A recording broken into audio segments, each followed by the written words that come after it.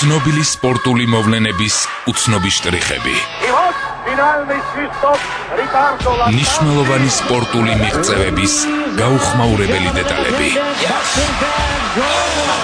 ლეგენდარული სპორტსმენების რეალური ისტორიები მშრალი სპორტული სტატისტიკის მიღმა. აღმოაჩინეთ სპორტული მედლის მეორე მხარე. სპორტული პანორამა. კახა გელაშვილთან ერთად.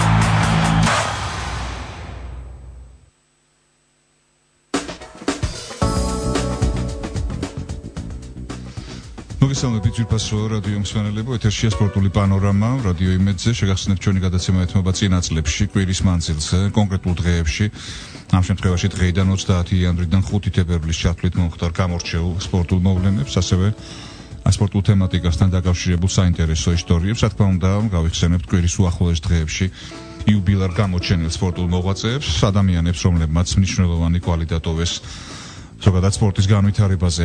3 თებერვალს ქართული საზოგადოება მე-20 საუკუნის საუკეთესო ქართველი ფეხბურთელის ბორის პაიჭაძის 100 წლის იუბილეს აღნიშნავს. წარსულის მოგონება ხვალინდელი დღის დასანახავად და საჭირო უნდა შეგვეძლოს გავიხედოთ ხვალის მიღმა, ამისთვის კი საჭიროა წარსული გვახსოვდეს. ეს სიტყვები ქართული ფეხბურთის პატრიარქად წოდებულმა ქართული ფეხბურთის დიდმა მოამაგემ სახელოვანმა მწვრთნელმა ანდრო ჟორდანიამ ბორის პაიჭაძეს უძღვნა. ბორის პაიჭაძე 16 წლის ასაკიდან გამოდიოდა ფოთის საზღვაო ტექნიკუმის, ხოლო 1 წლის შემდეგ ქალაქ ფოთის ნაკრებში 1936 წელს საბჭოთა კავშირის პირველი ჩემპიონატის დაწყებამდე ცოტა ხნით ადრე რამდენიმე თვით ადრე ბორის პაიჭაძე ამიერკავკასიის რესპუბლიკების ცენტრალური კომიტეტის პირველი მდივნის ლავრენტი ბერიას მოთხოვნით საქართველოს მთავარ საფეხბურთო გუნდში თბილისის დინამოში ჩაირიცხა. იმხანად პაიჭაძის მამა ცნობილი ფაქტი ეს სოლომონ პაიჭაძე დაპატიმრებული იყო, მაგრამ ბერიასთან პირადად შეხვედრის დროს ბორის მამის თაობაზე სიტყვა არ დაცდენია. 1940 წელს დინამოს კაპიტნის პოსტზე მან შოთა შაბგულიძე შეცვალა, შემდგომში 10 სეზონის მანძილზე გუნდის კაპიტანი გახდა. საკავშირო ჩემპიონატებში ჩაატარა 191 მატჩი, გაიტანა 99 გოლი. ფეხბურთელთა შორის ერთ-ერთი ყველაზე ახალგაზრდა სპორტის დამსახურებული ოსტატის წოდება მიენიჭა საკავშირო მასშტაბით. აქტიური სპორტსმენის კარიერის მანძილზე პაიჭაძეს არც ერთი გაფრთხილება არ მიუღია, უაღრესად კორექტული ფეხბურთელი გახლდათ დიდი ბორის პაიჭაძე. კარიერა 1951 წელს 36 წლის ასაკში დაასრულა. საბჭოთა კავშირის ჩემპიონატის ერთ-ერთი მატჩის დროს მან მძიმე ტრავმა მიიღო. მოსკოვის ტორპედოს ფეხბურთელმა ნიკოლაი მოროზოვმა მიაყენა მას ეს მძიმე ტრავმა. სწორედ ეს ტრავმა გახდა მისი ბრწყინვალე საფეხბურთო კარიერის დასრულების მიზეზი. კარიერის დასრულების შემდეგ ბორის პაიჭაძე დინამოში დარჩა, იყო თბილისის დინამოს გუნდის უფროსი, შემდეგ უფროსი მწვრთნელი, დინამოს სპორტული კომბინატის და დინამოს სტადიონის დირექტორი. 1963-დან 1985 წლების ჩათვლით 22 წლის მანძილზე დინამოს სტადიონის დირექტორი იყო. 91 წლიდან ეროვნული სტადიონი, ამჟამად დინამო არენა, როგორც ვიცით, სწორედ ბორის პაიჭაძის სახელს ატარებს.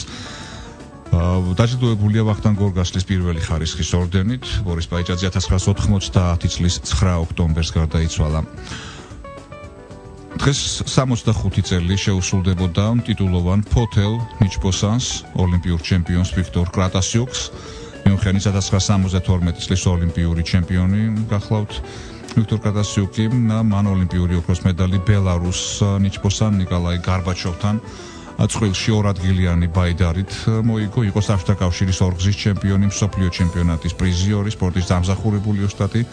მისი კარიერის პიკი კი რა თქმა უნდა 1972 წლის მიუნხენის ოლიმპიური ჩემპიონატია, ოლიმპიური ჩემპიონობა. საერთოდ როგორც ცნობილია, ხსენებულ მიუნხენის ოლიმპიადაზე ქართველმა სპორტსმენებმა ქართული ოლიმპიზმის ისტორიაში ყველაზე მეტი ოქროს მედალი მოიპოვეს. კრატასიუკის გარდა ბავარიის დედაქალაქში ჩემპიონები გახდნენ ძლეოსანი ვიქტორ სანეევი, კალათბურთელები ზურაბ საკანდელიძე და მიხეილ ქორქია, ძიუდოისტი შოთა ჩოჩიშვილი და ასევე თავისუფალი სტილით მოჭდავე ლევან თედიაშვილი. გასული წლის მაისში ქალაქ ფოთის საკრებულოს ხელშეწყობით და ძალისხმევით ვიქტორ კრატასიუკის სახელობის კანოე კლუბი დაფუძნდა ფოთში. ვიქტორ კრატასიუკი 2003 წლის 18 მარტს გარდაიცვალა. 1927 წლის დღევანდელ დღეს 30 იანვარს დაიბადა ბორის სპასკი, ჭადრაკში მსოფლიოს მე-10 ჩემპიონი, მსოფლიო ჭადრაკის ლეგენდა, შეიძლება ითქვას, ტიტულს ფლობდა 1969-დან 72 წლების ჩათვლით. მან მსოფლიო ჩემპიონის ტიტული ჩამოართვა თბილისელ დიდოსტატს ტიგრან პეტროსიანს, სატიტულო მატჩი 1969 წლის 14 აპრილიდან 17 ივნისის ჩათვლით მოსკოვში გაიმართა. სპასკიმ 12 ნახევრით 10 ნახევარი მოუგო სპასკის და მსოფლიო ჩემპიონის ტიტულს დაეუფლა. გაჩემპიონებიდან 2 წლის შემდეგ გაირკვა მისი მეტოქის ვინაობა მორიგ სატიტულო შეხვედრაში. ეს გახლდათ მოვლენა ჭადრაკის ისტორიაში ამერიკელი რობერტ ფიშერი, რომელმაც უდიდესი უპირატესობით მოიგო პრეტენდენტთა ტურნირი, მის იმდროინდელ შედეგებს დღემდე ანალოგი არ აქვს. მარკ ტაიმანოვს და ბენ ლარსენს 0-ზე მოუგო 2-ვე 6-0, შემდეგ ტიგრან პეტროსიანი გაანადგურა 6 ნახევრით 2 ნახევარი, ანუ პრაქტიკულად ფიშერმა იმ პერიოდის მსოფლიო საჭადრაკო გრანდებს ასე ვთქვათ მუსრი გაავლო. დარჩა ბორის სპასკი, მსოფლიო ჩემპიონი, ყველა საინტერესებდა შეძლებდა თუ არა საბჭოელ მოჭადრაკეთა მრავალწლიანი ჰეგემონიის დამხობას რობერტ ფიშერი საჩემპიონო მატჩი 1972 წელს ისლანდიაში, კერძოდ კი დედაქალაქ რეიკიავიკში გაიმართა. მისი საპრიზო ფონდი იმ პერიოდის საჭადრაკო ტურნირთათვის რეკორდულ თანხას 250,000 ამერიკულ დოლარს შეადგენდა. მატჩი ფიშერის შტამბეშტავი გამოჩებით დასრულდა 12 ნახევრით 8 ნახევარი. მოგვიანებით სპასკიმ საბჭოთა კავშირი დატოვა, ემიგრაციაში წავიდა, მან საფრანგეთის სახელი დაიწყო საერთაშორისო ასპარეზზე გამოსვლები. ძალზედ საინტერესო პიროვნება გახლავთ ზოგადად ბორის სპასკი. იგი საბჭოთა პერიოდის ერთ-ერთ ყველაზე ასე ვთქვათ უმართავდა ეგრეთ წოდებულ დისიდენტურად მოაზროვნე მოჭადრაკედ. არა მარტო მოჭადრაკედ, ზოგადად დისიდენტურად მოაზროვნე პიროვნებად მიიჩნეოდა საბჭოთა კავშირში. საუბარია 70-იან, 80-იან წლებზე. იგი ღიად უჭერდა მხარს პრაღის გაზაფხულის აქტივისტებს, 60-იანი წლებიდან მოყოლებული პრაქტიკულად პრაღის გაზაფხულის აქტივისტებს და ხმამაღლა ილაშქრებდა იმხანად ჩეხოსლოვაკიაში საბჭოთა ინტერვენციის წინააღმდეგ. არც ერთი ეგრეთ წოდებული კოლექტიური მიმართვისთვის მას ხელი არ მოუწერია. ესეც ცნობილი ფაქტია. გულისხმობ მაგალითად ემიგრაციაში წასული, როგორც მაშინ ეძახდნენ თავისუფლად მოაზროვნე საბჭოთა მოქალაქეების გასაკიცხ კოლექტიურ წერილებს, რომლებსაც ტრადიციულად სხვადასხვა სფეროში მოღვაწე ცნობილი ადამიანების დიდი უმრავლესობა უერთდებოდა და აწერდა ხელს აი არცეთ ასეთ ვთქვათ აქციაში, ასეთ საბჭოურ აქციაში სპასკის მონაწილეობა არ მიუღია. მიუხედავად ამისა, იგი მაინც რჩებოდა საბჭოთა ჭადრაკის იმ პერიოდის ერთ-ერთ მედროშედ. ილარიონ ხაზარაძე 1927 წლის 31 იანვარს დაიბადა, თბილისის დინამოს კალათბურთელთა ოქროსთაობის ღირსეული წევრი, საქართველოს ეროვნული ნაკრების შემადგენლობაში საკავშირო ხალხთა სპარტაკიადის ფინალისტი, ეროვნული ნაკრების ცოტა ხმამაღალი ნათქვამია საქართველოს რესპუბლიკის ნაკრების შემადგენლობაში ახთა საბჭოთა კავშირის სპარტაკიადის ფინალისტი, საკავშირო პირველობების ორგზის ვიცე-ჩემპიონი გახლდათ დინამოელთა შორის. 1962 წელს კი მოიპოვა ევროპის ქვეყნების ჩემპიონთა თასი, როდესაც თბილისის დინამომ ჟენევაში გამართულ ტურნირის გადამწყვეტ ფინალურ შეხვედრაში მადრიდის რეალს სლია. მანამდე ნახევარფინალში როგორც დინამო მოსკოვის CSKA გამოდიშა იმ პერიოდის და საერთოდ ჩემპიონთა ლიგის დღევანდელი ევროლიგა ეწოდება მოგეხსენებათ ამ ტურნირს ტრადიციული გამოკვეთილი ფავორიტი. ილარიონ ხაზარაძემ და მისმა თანაგუნდელებმა გადაუჭარბებად შეიძლება ითქვას საქართველოს საკალათბურთო დამოუკიდებლობა მოუტანეს, როგორც ერთ-ერთ ინტერვიუში ინფორმაციის დინამოს ერთ-ერთმა შესანიშნავმა კალათბურთელმა ლევან მოსაშვილმა განაცხადა ჩემპიონთა თასის მოგებას და შესაბამისად ამ უდიდეს წარმატებას ისეთი ყურადღება არ მიექცა უმაღლეს დონეზე, როგორც იმსახურებდა დინამომ ისტორიას შექმნა და ბატონი ილარიონ ხაზარაძე სწორედ ამ ისტორიის ერთ-ერთი შემოქმედია. იგი ერთ-ერთი მათგანი იყო, ვინც გმირულად ჩატარებული ფინალის შემდეგ ჟენევაში თამაშზე დამსწრე დიდ ქართველ კლასიკოს მწერალ გრიგორ რობაქიძეს ათქმევინა ცნობილი სიტყვები, რომელიც ალბათ ყველა ვიცით, დავინახე ყამირიდან ამოხეთკილი ძალა ქართული. ილარიონ ხაზარაძე 2013 წლის აგვისტოში გარდაიცვალა, ამ 2 წლის წინ ძალიან კარგი პიროვნება. ხვალ იუბილარია ნინო სალუქვაძე, საქართველოს ერთ-ერთი ყველაზე ტიტულოვანი სპორტსმენი, მონაწილეობდა 7 ოლიმპიადაზე. Absolutურად ფენომენალური შედეგი 19 წლის ასაკში გახდა ოლიმპიური ჩემპიონი 1988 წელს სეულში ჩატარდა მაშინ როგორც ცნობილია ის ოლიმპიური თამაშები 19 წლისა სპორტული პისტოლეტის სროლაში მოიპოვა ნინო მოქროს მედალი ხოლო პნევმატური პისტოლეტის სროლაში იქვე სეულში ვერცხლის მედალი პეკინის 2008 წლის ოლიმპიადაზე კი ბრინჯაოს მედლის მფლობელი გახდა ან ოლიმპიადებზე სამივე ყალიბის მედალი აქვს სალუქვაძეს მოპოვებული. ნინო სალუქვაძე მსოფლიოსა და ევროპის მრავალგზის ჩემპიონია, დამყარებული აქვს 20-მდე მსოფლიო რეკორდი, ზედიზედ ორჯერ 1988 და უბრალოდ 88 და 99 წლებში. ზედიზედ ორჯერ არა 11 წლიანი პაუზით დაასახელეს საქართველოს წლის საუკეთესო სპორტსმენად. არის სპორტის დამსახურებული ოსტატი ღირსების ორდენის და ვახტანგ გორგასლის მეორე და მესამე ხარისხის ორდენების კავალერი. კიდევ ერთი ქართველი ოლიმპიელია ხვალ იუბილარი 23 წლის ხდება ხვალ ლაშა შავდათუაშვილი ტიტულოვანი ქართველი ძიუდოისტი მიუხედავად ძალზედ ახალგაზრდული ასაკისა 2012 წლის ლონდონის ოლიმპიური თამაშების ერთადერთი ქართველი ჩემპიონი ევროპის 2013 წლის ჩემპიონი იმავე წელს 2013-ში კერძოდ მსოფლიოს გუნდური ასპარეზობის გამარჯვებული გახდა 2012 წლის ევროპის პირველობის ბრინჯაოს მედლის მფლობელი გახლავთ 2012 წელს დაასახელეს საქართველოს საუკეთესო სპორტსმენად 31 იანვარს 1999 წელს ინგლისში გახმაურებული სკანდალი აგორდა სწორედ ამის შესახებ მინდა მოკლედ მოგითხროთ სკანდალის მთავარი მოქმედი პირი ინგლისის საფეხბურთო ნაკრების მთავარი მწვრთნელი გლენ ჰოდლი იყო, რომელმაც გაზეთ Times-თან ინტერვიუში შეზღუდული შესაძლებლობების მქონე პირთა შესახებ ერთობ გაუაზრებელი და არაკორექტული განცხადება გააკეთა. ჰოდლის თქმით ეს ადამიანები არანაირ თანაგზნობას არ იმსახურებენო, რამე თუ წინა ცხოვრებაში ჩადენილი ცოდვებისთვის ისჯებიანო, ესეთი სისულელე თქვა ამ მართლაც შესანიშნავ ფეხბურთელმა და მწვრთნელმა, მაგრამ როგორც ეთყობა ნამდვილად არადამჯდარმა პიროვნებამ. კიდევ არაერთი რბილად რომ თქვა სისულელე ილაპარაკა Times-თან იმ ინტერვიუში, ბუნებრივია მის ამ განცხადებას მყისიერი რეაქცია მოყვა მთელს ინგლისში და არა მარტო ინგლისში, მსოფლიოს მასშტაბით ეს ალბათ ფეხბურთის მოყვარულებს ახსოვთ ეს მოვლენა, ეს სკანდალი კარგად. მისი მისამართით უმკაცრესი განცხადებები გააკეთეს ბრიტანეთის იმჟამინდელმა პრემიერ-მინისტრმა ტონი ბლერმა, სპორტის მინისტრმა ტონი ბენქსმა, კიდევ არაერთმა გავლენიანმა პიროვნებამ. მართალია ხოდმა მაშინვე მოიხადა ბოდიში მოუხადა საზოგადოებას დაუფიქრებელი განცხადებებისთვის, მაგრამ ეს საკმარისი არ აღმოჩნდა. მას ამ განცხადებებიდან 3 დღეში დაატოვებინეს ეროვნული ნაკრების მთავარი მწვრთნელის პოსტი. ეხლა ჩვენს ეთერში ცოტა მცირე პაუზის დროა, სარეკლამო პაუზის, დაახლოებით 60 წუთში სპორტული პანორამა დაგიბრუნდებათ. აღმოაჩინეთ სპორტული მედლის მეორე მხარე. სპორტული პანორამა. კახა გელაშვილთან ერთად.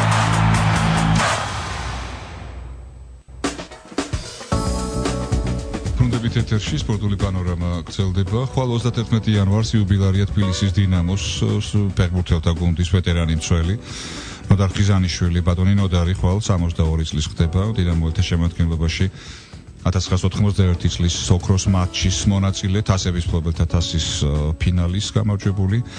საბჭოთა კავშირის ჩემპიონი გახდა 78 წელს დინამოელთა შორის, არის ასევე საკავშირო თასის ორგზის გამარჯვებული.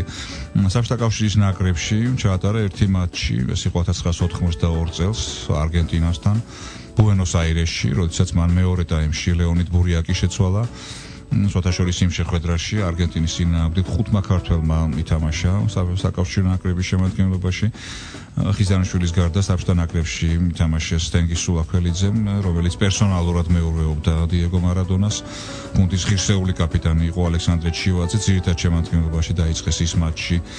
ასევე ვიტალი დარასელიამ რამაზ შენგელიამ კი ხიზანიშვილის მსგავსად მეორე ტაიმში შევიდა შენგელია მოედანზე. სპორტის დამსახურებული ოსტატი ნოდარ ხიზანიშვილი ღირსების ორდენის კავალერია.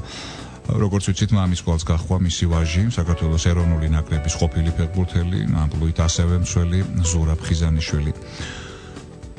თებერვალს 1945 წელს დაიბადა ჯემალ ხერხაძე, ქუთაისის ტორპედოს ფორვარდი, ძალიან კარგი ფეხბურთელი, ქუთაისის ტორპედოს გულშემატკივარად ერთ-ერთი უსაყვარლესი ფეხბურთელი. იყო გუნდის ბომბარდირი და 1969 წელს გახდა საბჭოთა კავშირის ჩემპიონატის უმაღლესი ლიგის საუკეთესო გოლეადორი, თუმცა მოგვიანებით ტიტული ჩამოართვეს სხვადასხვა მიზეზის გამო. იყო ქუთაისის ტორპედოს მწვრთნელი, საუბარი იყო ჩაწყობილ თამაშებზე, თითქოს ჩაწყობილ თამაშებში გაიტანა მან ბოლო გადამწყვეტი გოლები და ამით გახდა იგი საუკეთესო ბომბარდირიო. თებერვალს კიდევ ერთი ტიტულოვანი ქართველი სპორტსმენია დაბადებული 1952 წელს. ამ დღეს დაიბადა პაატა შამოგია, ქართველი ტანმოვარჯიშე. 1975 წელს სპორტულ ტანვარჯიშში მოიგო მსოფლიო თასი ბჯენით ტომებში, გუნდურ ჩათვლაში არის მსოფლიო ჩემპიონატის ვიცე-ჩემპიონი, ვერცხლის მედლის მფლობელი, საბჭოთა კავშირის 8 გზის ჩემპიონი გახლდათ. პაატა შამოგია ინგლისის ღია პირველობის აბსოლუტური ჩემპიონი, ეს ტიტული მან 1975 წელს მოიგო. იმავე დღეს, ანუ თებერვალს, თინათი ლიკვეიშვილი დაიბადა 100 მეტრზე გულაღმა ცურვაში, 1970 წლის ევროპის ჩემპიონი, ევროპის თასის მფლობელი, 200 მეტრზე გულაღმა ცურვაში ევროპის პირველობის პრიზიორი, საბჭოთა კავშირის 7 გზის ჩემპიონი, ასეთვე ძალზე ტიტულოვანი და ნიჭიერი სპორტსმენი. მეხიკოსა და მიუნხენის ოლიმპიური თამაშების მონაწილე, მეხიკოში 100 მეტრზე კომბინირებული ესტაფეტით გაცურვაში მეოთხე ადგილი დაიკავა. გალბატონი თინათინი 1970 წელს დაასახელეს საქართველოს საუკეთესო სპორტსმენად. თებერვალს იუბილარია ნოდარ გვახარია, თბილისის დინამოსა და მოსკოვის დინამოს, ასევე საბჭოთა კავშირის ნაკრების წყალბურთელი, იმ პერიოდის ერთ-ერთი საუკეთესო წყალბურთელი. არამარტო საბჭოთა კავშირის, საერთოდ ევროპის მასშტაბით. საბჭოთა კავშირის ნაკრების ღირსებას იცავდა 9 წლის მანძილზე 1951-დან 60 წლამდე მელბურნის 56 წლის ოლიმპიური თამაშების ბრინჯაოს მედალოსანი, 53 წელს გახდა 1953 წელს ახალგაზრდული საერთაშორისო თამაშებისა და საბჭოთა კავშირის ჩემპიონი. იყო ასევე საბჭოთა კავშირის სპარტაკიადის ვიცე-ჩემპიონი. თბილისის დინამოს მთავარი მწვრთნელი, საკმაოდ ხანგრძლივი დროის მანძილზე, მისი ხელმძღვანელობით დინამომ 3-ჯერ ვერცხლის, ხოლო 2-ჯერ ბრინჯაოს medali მოიპოვა, 7 სეზონი წვრთნიდა გვახარია თბილისის დინამოს და გარდა ამისა იყო საბჭოთა კავშირის ნაკრების მთავარი მწვრთნელიც. მინიჭებული აქვს სპორტის დამსახურებული ოსტატის ტიტული. ბატონი ნოდარ გვახარია 1996 წლის 14 ნოემბერს გარდაიცვალა.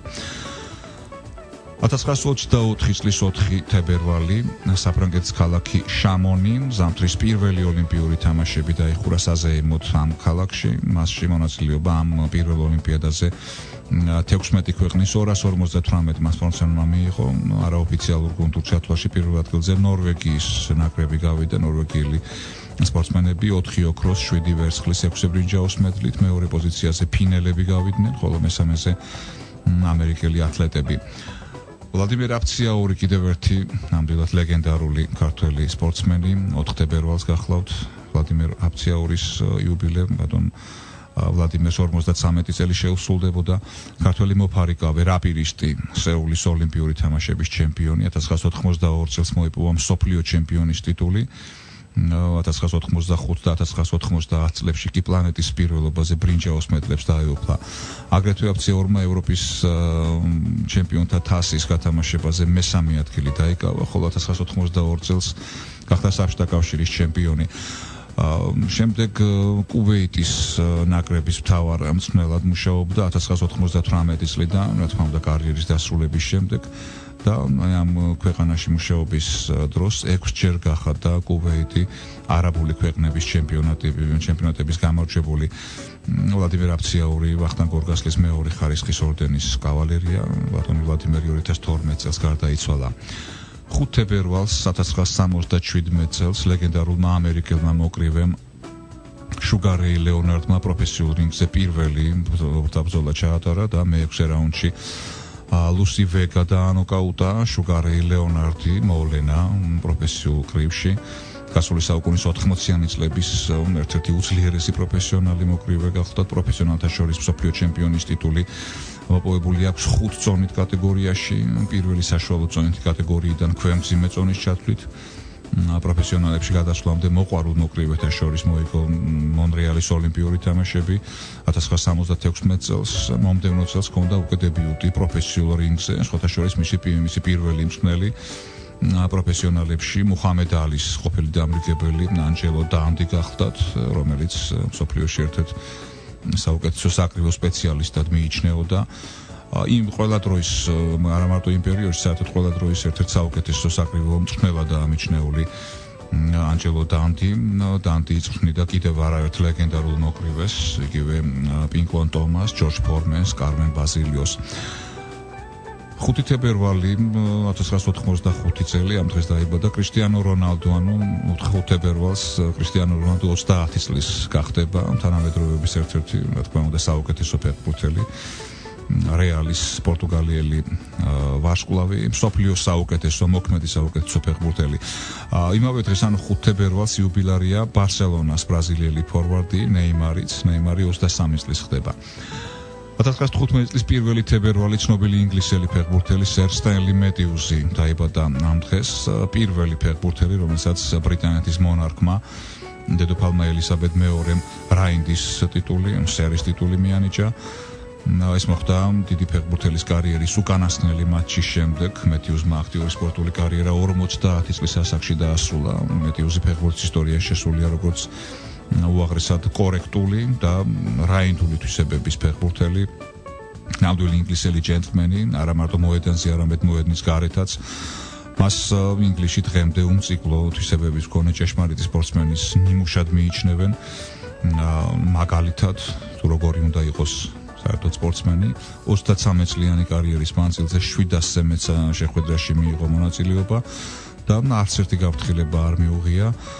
როგორც თავში ვახსენეთ ჩვენს ბორის ბაიჭაძეს, ასევე ხანძლივი პერიოდის მანძილზე ბატონ ბორისაც არც ერთი გაფრთხილება, მაშინ ყვითელი ბარათები, წითელი ბარათები არ იყო ფეხბურთში, იყო მსაჯის გაფრთხილება, გაძევებად შეეძლოთ და არც ერთი გაფრთხილება არ ჰქონდა მიღებული, როგორც ბორის ბაიჭაძეს, ასევე ამ ინგლისელ დიდ ფეხბურთელ სტენლი მეტიუსს.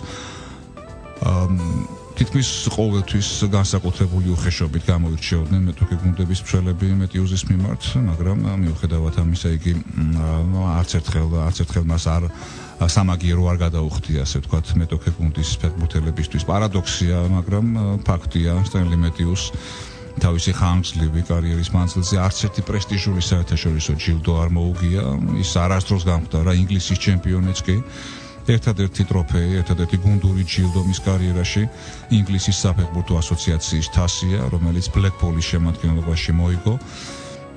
ყოველივე აღნიშნულის მიზეზი მარტივად ასახსნელია, მეტიუსს არასოდეს უთამაშია არც ერთ საკლუბო გრანდში. კარიერის მანძილზე იგი მხოლოდ 2 მოგზაურებული გუნდის, სტოკ სიტის და ბლეკპულის ფეხბურთელი გახლდათ. 1956 წელს მეტიუსი აღიარეს ევროპის წლის საუკეთესო მოთამაშედ ფრანს ფუტბოლის ვერსიით, სხვათა შორის ფრანს ფუტბოლის ვერსიით პირველი გამარჯვებული, პირველი ლაურეატი სწორედ სტენლი მეტიუსი გახლავთ. ვახსენე ინგლისის საფეხბურთო ასოციაციის თასი, მეტიუსის მიერ მოგებული ერთადერთი გუნდური ჯილდო. ეს მოხდა 1953 წლის 2 მაისს უემბლის სტადიონზე. ეს თამაში დღესაც კარგად ახსოვთ სტაჟიან ინგლისელ გულშემატკივრებს, რა თქმა უნდა. უემბლის სტადიონზე საუბარია ინგლისის თასის ყველაზე დრამატულ ფინალად ცნობილ მატჩზე. ბლეკპული ბოლტონ უონდერერსი 100,000 მაყურებელი დაესწრო უემბლიზე იმ შეხვედრას, მათ შორის იყო ბრიტანეთის დედოფალი ელისაბედ მეორეც. ბოლტონის 67 წუთისთვის 3-1 იგებდა, ასპარეზობის უკანასკნელი 3 წუთის განმავლობაში კი სტენლი მეტიუსმა ჯერ გოლი გაიტანა, შემდეგ 2 შედეგიანი გადაცემა შეასრულა და ფინალის ბლეკპულმა მატჩის მიწურულს 4-3 მოიგო. ეს მატჩი ისტორიაში მეტიუსის ფინალის სახელითაა ცნობილი. იმ დროს, ანუ ამ მატჩის მსვლელობისას მეტიუსი 38 წლის გახლდათ. ამავე მატჩის კიდევ ერთი გმირი მინდა გავიხსენო, ბლეკპულის ფორვარდი სტენ მორტენსენი, რომელმაც მოწინააღმდეგის კარში 3 გოლი გაიტანა, ჰეტრიკი შეასრულა, არც მანამდე და არც შემდგომში, დღემდე ინგლისის საფეხბურთო ასოციაციის თასის ფინალში ჰეტრიკი არც ერთ ფეხბურთელს არ შეუსრულებია, ის ერთადერთი შემთხვევა იყო. სტერლინგი მეტიუსი 85 წლის ასაკში 2000 წლის 23 თებერვალს კონსულ ტენერიფეზე ყოფნის დროს გარდაიცვალა. ცნობილი ფაქტია, რომ საამაყო ფეხბურთელთან გამოსამშვიდობებლად მის მშობლიურ პატარა ქალაქ სტოკჰოლმ-ტრენტის ქუჩებში 100,000-ზე მეტი ადამიანი გავიდა, არადა თავად ქალაქის მოსახლეობა 250,000-ს არ არის.